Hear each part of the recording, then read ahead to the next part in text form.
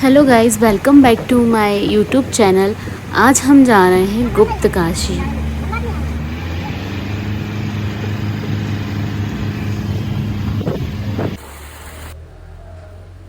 जैसा कि आप देख रहे हैं, इधर दो गौमुख हैं। इस गौमुख से गंगा जी और इस गौमुख से यमुना जी का जल यहाँ पर आता है।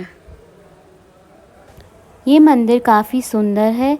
इसकी क्या कथा है, क्या महत्व है, ये हम सुनेंगे दर्शन के बाद। मंदिर में कैमरा अलाउड नहीं है, इसलिए मैं आपको दर्शन तो थोड़ा थोड़ा करवा पाऊँगी, बट इसकी कथा जो है वो पांडवों से जुड़ी है। पांडवों ने कौरवों से युद्ध किया था। वह युद्ध में कौरव जब मारे गए थे तो उन्हें ऐसा लगा कि हमसे कोई पाप हुआ है, तो अपने पाप का प्रायश्चित करने के लिए उन्होंने उपाय पूछा। तो उसी से जुड़ी हुई ये कथा है जो कि आपको पंडित जी पूरे विस्तार से बताएंगे। कोई पाप नहीं किया था, अपने पापों का प्रायश्चित करना चाहते थे। वे अपने गुरु के पास गए, वेद व्यास जी के पास, और कहा, हे गुरु, हम इस पाप से कैसे मुक्त हो सकते हैं। तब वेद व्यास जी कहते हैं, अगर आपको भगवान शिव शंकर जी किसी भी रूप में दर्शन दे देते हैं तो आप पापों से मुक्त हो जाओगे। तो भगवान शिव शंकर जी यहाँ पर ध्यान में बैठे थे।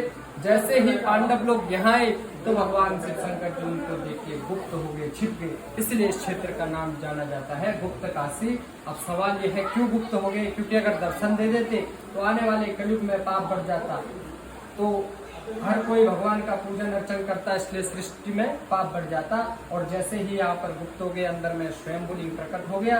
लिंग के एक भाग से गंगा, एक भाग से यमुना जी प्रकट हो गई। तब पांडव लोग अपने गुरु के पास गए कि हमें भगवान शिव शंकर जी देख के गुप्त हो रहे, छिप रहे हैं, अब हमें आगे का मार्ग बताइए। तब जो है वेद व्यास जी कहते हैं कि पहले गंगा में स्नान करो, फिर यमुना जी में स्नान करो। इसीलिए सबसे पहले वहां पे छींटा लिया जाता है। तब पांडवों ने इस नारियल का दान किया, इसको बोलते हैं गुप्त दान। ये दान करके जो है जो भी था उनके पास में लोहा, तांबा, सोना, चांदी किसी ब्राह्मण को दान किया और अपने उन पितरों को तर्पण किया। तब यहाँ पर कठोर तपस्या करके माँ पार्वती जी की आराधना की। तब माँ पार्वती जी ने अर्धनारीश्वर के रूप में दर्शन दिया, एक शरीर में दो दर्शन। और फिर माँ पार्वती जी ने कहा, तुम्हें पूर्ण दर्शन जो है और आगे जाओ, हिमालय तो केदारम, हिमालय की ओर जाओ, वहां पर भगवान शिव शंकर जी के पूर्ण दर्शन हो जाएंगे। यहाँ से पांडव लोग हिमालय की ओर गए तो वहां पर भगवान शिव शंकर जी ने अपनी माया विरूपी शक्ति से असंख्य भैंसों का रूप धारण कर लिया और उन भैंसों में से किसी एक भैंस में अपना मूल रूप छुपा दिया।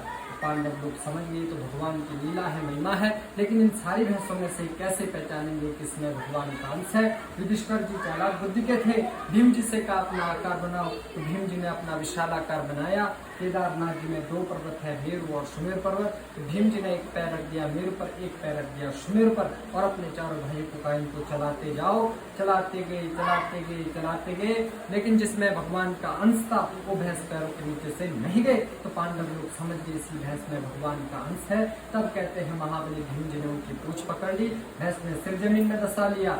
सिर का हिस्सा कहाँ गया? पशुपतिनाथ काठमांडू नेपाल में, और जो पृष्ठ भाग रह गया वो रह गया केदारनाथ में। तब आकाशवाणी हुई, हे पांडवों, आप यहाँ पर घी का लेपन करो, मंदिर का निर्माण करो, आप पापों से मुक्त हो जाओगे। इसीलिए केदारनाथ में घी लगाया जाता है। ओम पापो हम पाप कर्माणम पापात्मम पाप शंभो, सर्व पाप सर्व दुख सर्व कष्ट हट जाते हैं घी लगाने से। और यहाँ काशी में ऐसा बन गए संगल। हाँ, आगे का भाग जो है पशुपतिनाथ काठमांडू नेपाल में, पृष्ठ भाग रह गया केदारनाथ में। हाँ, तो यहाँ पे जैसे गुप्त दान का मैं तो आप तो मारवाड़ी लोग घर से लाते ना, एमपी वाले लोग लाल कपड़े में बांध के जो भी गुप्त दान होता है उसमें रख के, तो जिनको घर से नहीं लाते वो यही करते हैं। ये लोग दान आप इसलिए करते हो अपनी मनोकामना इच्छा के लिए, घर में सुख समृद्धि के लिए। बोल काशी विश्वनाथ भगवान की। थोड़ा आगे आगे